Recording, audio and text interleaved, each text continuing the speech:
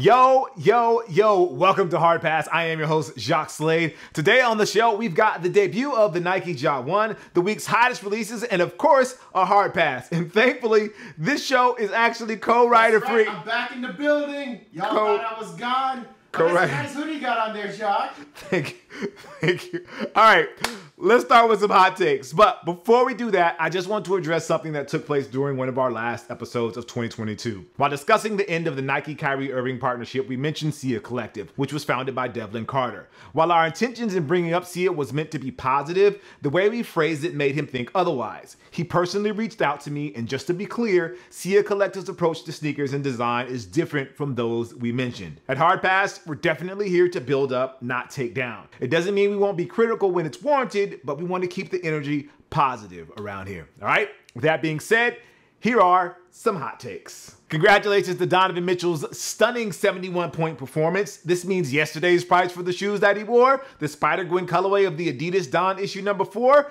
would no longer be today's price because Adidas dropped the price of the issue 4s to $71. Get it? But sadly, Adidas appears to have only made the Spider-Gwen in kid sizes. I don't get that. I don't think it would matter though if the late Kobe Bryant couldn't prevent the Kobe 1 Protros he scored 81 points in from hitting outlet stores when they first came out. I got 2 pairs. What chance does Spider have? I have a pair too, to be honest. Another congrats goes to Dame Dash. According to his IG post from the shoe game, shout out to G-Rock, Dame has teamed up with Jacques, a sportswear brand that's been around since 1975. Wow, that's pretty impressive, and props to Dame and his brand CEO for their collab on the Intimidator High. That is, nope, absolutely not. We are not doing this.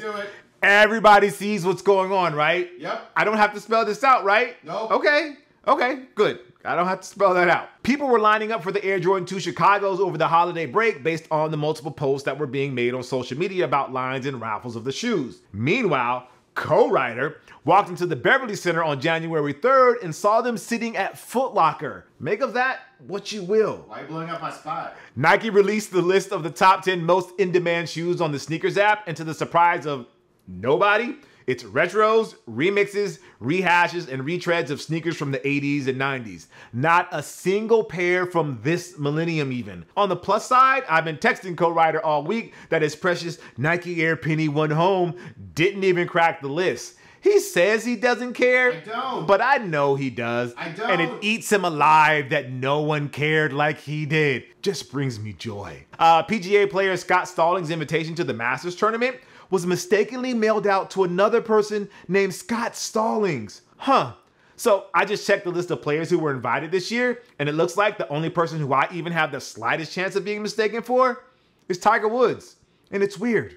We don't even have the same initials. People think I look like Jason Day. Really? Really, Jason Day? Anyway, before we move on to the next segment, we want to offer our condolences to Ken Block. The rally car racing legend passed away from a snowmobile accident at the too young age of 55 this week. Block was also the founder of popular skate shoe brand DC Shoes. While we didn't cover DC here on Hard Pass, save for a few passing mentions during Nike SB segments, the brand's impact on action sports, skate culture, and sneaker culture was undeniable. Our thoughts and prayers go out to Block's family, friends, and his fans. All right, so the Nike Ja 1 is here, y'all. After a weird few weeks when Kyrie Irving fans were unreasonably mad at Ja because they erroneously equated the emergence of Ja's signature shoe with the dissolution of Kai's partnership with Nike, even though A, rumors of Ja's shoe was already in the news almost a year prior, and B, Kyrie and Nike were headed towards divorce at the end of this season regardless.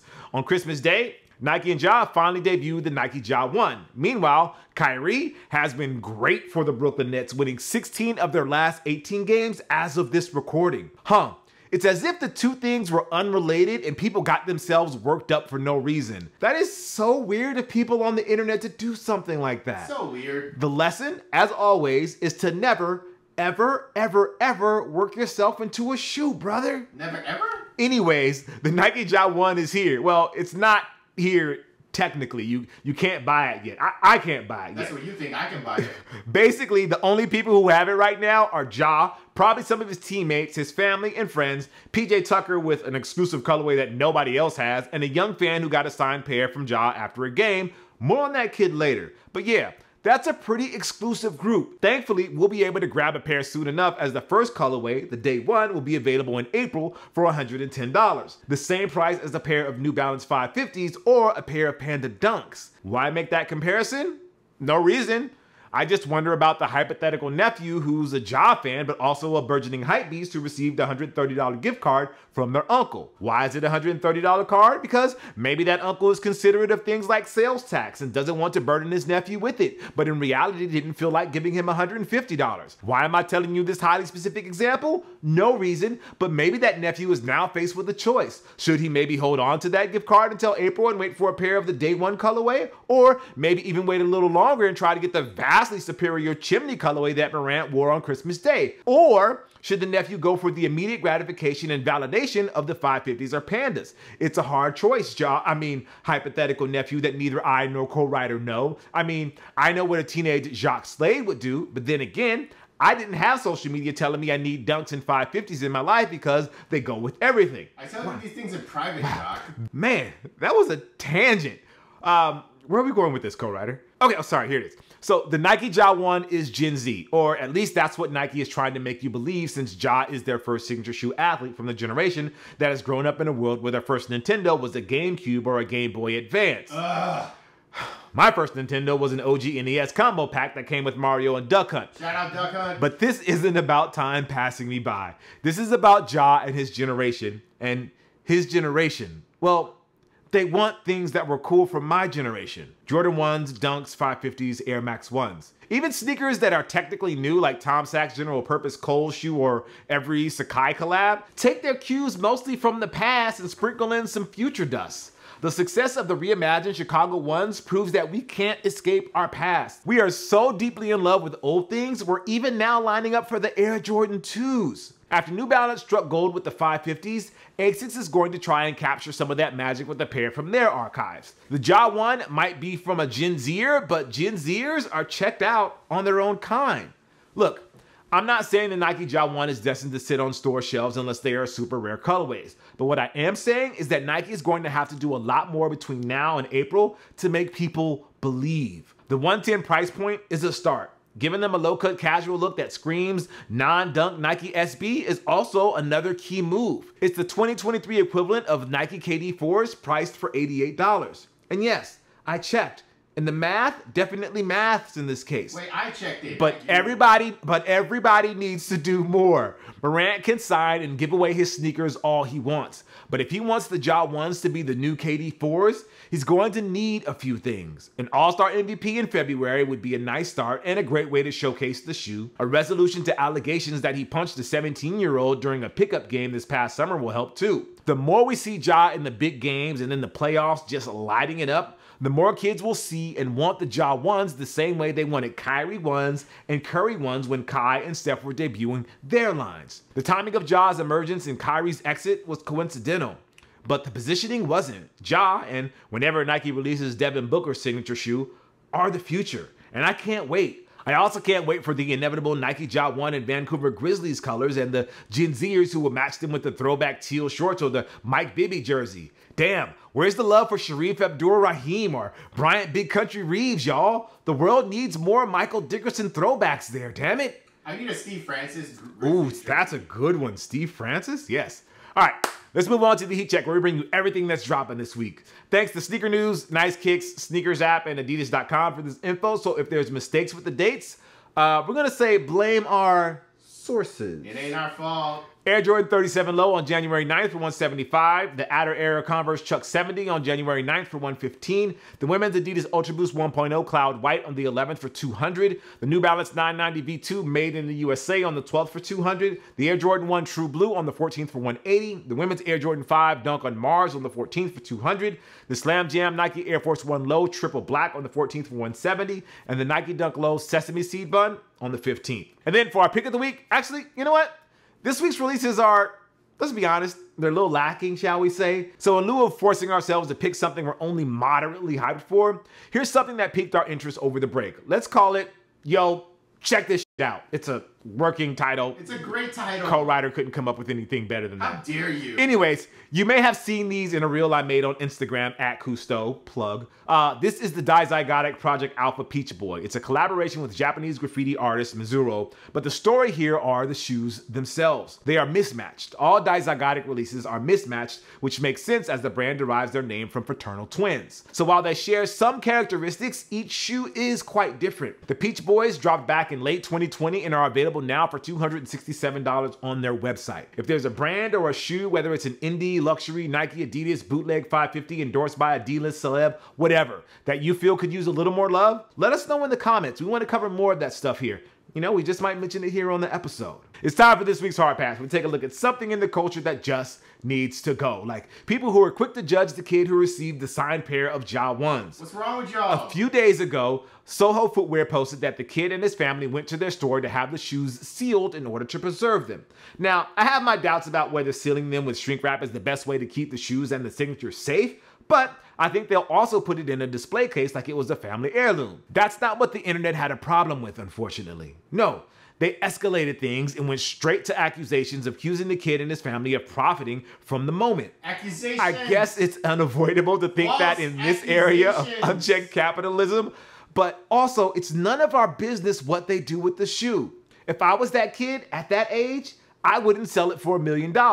At the same time, if someone did offer my family life-changing money for those shoes, I'd like to think that Ja wouldn't take it personally.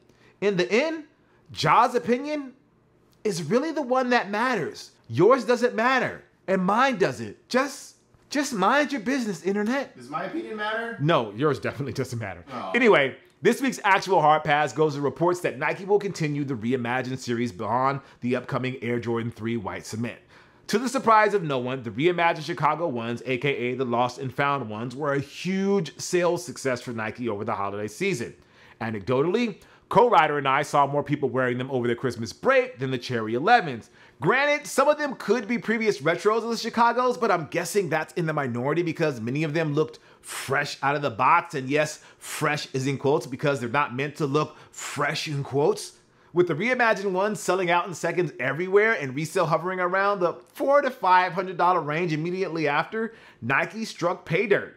People not only like old shit, they want the brands to do the work and make them look like even older shit. As a one-off, I guess I don't see the problem with it. I mean, I enjoyed the packaging and the fake receipt was an A+ bit of storytelling. As a continuing series that pushes back a real one-to-one retro of Chicago ones in the 1985 cut, well, that sucks. We were already disappointed that the White Cement 3 Retro in 2018 had that translucent outsole. If you had told me that Nike and Jordan Brand would once again find a way to screw things up in 2023, I would have absolutely believed you and asked how. And if you told me pre-yellowed outsoles and back tabs, I would have been utterly disgusted. Surprised?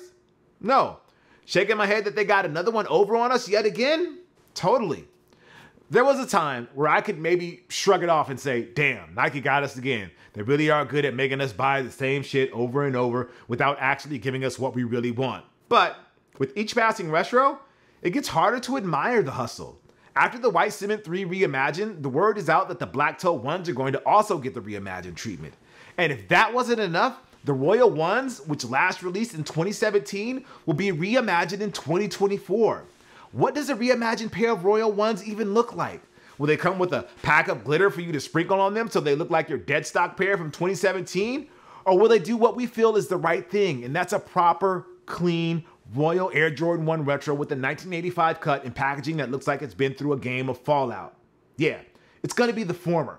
Hope you like her OG Jordan glittery for the next few years because that's what we're gonna get. And we have no one to blame but ourselves and our inability to say no, Jordan Brand. This is a dumb idea. Let's show some restraint, people. None of this, I don't like what they're doing, but I'm still going to try and cop LOL stuff that I see in the comments. At the same time, if pre-yellowed sneakers are your thing, don't let my whining here discourage you. I'm just expressing my disappointment. Don't let me get in the way of your happiness, man. Like, Nike does it with their dunks and I couldn't care less. Golden Goose built an entire company by making their shoes dirty and tattered, and I can't help but respect it. I just wish these OG Jordans were kind of left alone. All right, that's gonna do it for the show. Thank you for watching Hard Pass. thank you for co-writer for coming in again today. Appreciate you, bro. What do you mean you appreciate me? What do you mean? What do you mean? I appreciate you. Oh, you appreciate me. Are we saying the same word? Appreciate? Like I appreciate you? So you appreciate me. We are saying the same word, right? Like I appreciate you. Yes, yeah. You appreciate me. Yes, I appreciate you. Oh, you know what? Appreciate this. Are you I appreciate, bro. I said I appreciate. See, this is why co-writer can't be on the show. Anyway, I'm Jacques Slade. Thank you guys for watching Hard Pass. I'll see you next week. If you'd like to possibly be featured in a future episode, I can't believe he walked out. Call us at 818-493-9325. Leave a short message or socials if you want, no more than 30 seconds. All right, I'll see you next week. Peace. Yo, bro, what is going on with you?